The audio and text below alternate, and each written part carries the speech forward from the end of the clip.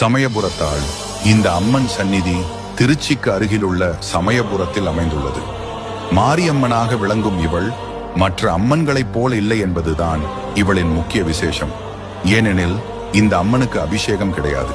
ஆம், சாஸ்திரப்படி வழக்கமாக செய்யப்படும் அபிஷேகம் இந்த தேவிக்கு செய்யக்கூடாது என்று பலர் கூறுகிறார்கள்.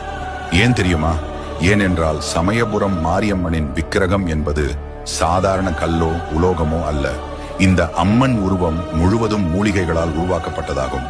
அந்த மூலிகைகள் நனையும் போது அழியும் தன்மை கொண்டவை. எனவே அம்மனுக்கு அபிஷேகம் செய்வது இயலாத ஒன்று. அவளது உருவத்தை காத்து பாதுகாக்க அபிஷேகம் போன்ற எவ்வித ஈரத்தன்மையும் விலக்கப்படுகிறதாம். அதனால்தான் இவ்விடத்தில் உற்சவர் அம்மனுக்கே மட்டும் அபிஷேகம் செய்யப்படுகிறது. மேலும் மூலவர் அம்மன் எப்போதும் குளிர்ச்சியாக இருக்க வேண்டும் என்ற ஒரு நோக்கத்துடன் அந்த கருவறையை சுற்றி எப்போதும் நீர் சூழ்ந்திருக்கும்படி கோயில்